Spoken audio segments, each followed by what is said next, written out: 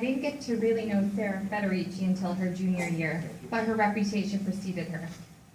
In my 12 years at Rocky Hill High School, she is one of the only students whose strong character was admired by every person with whom she's had contact. Therefore, when she entered my classroom, I was not surprised by her tenacity and general likability, but I was astounded by the degree of maturity and altruism she possessed. I trust her immensely, but that trust was not gained overnight.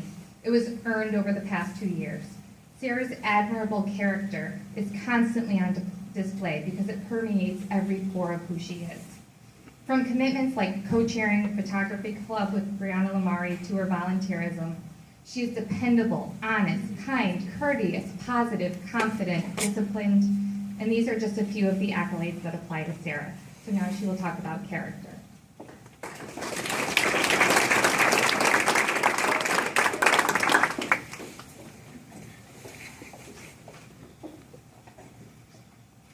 French philosopher and Enlightenment writer Voltaire spent his life challenging authority, pushing the boundaries of society, and making social criticisms to try to inspire progress in the world through humor. He was a man of undeniable passion, controversy, and wit, but what I find most admirable about Voltaire is that he refused to succumb to the French government's censorship and oppression.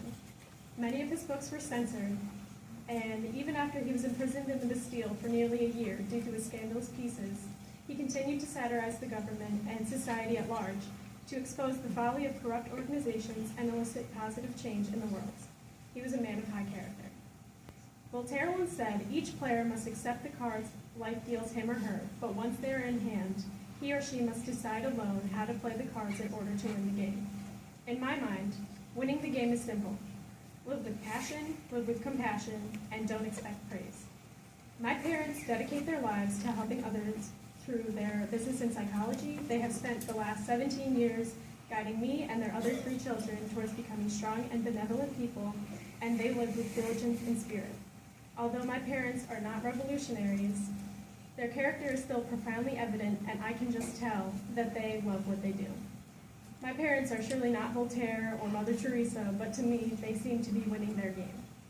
The students in National Honor Society are often overlooked for their character.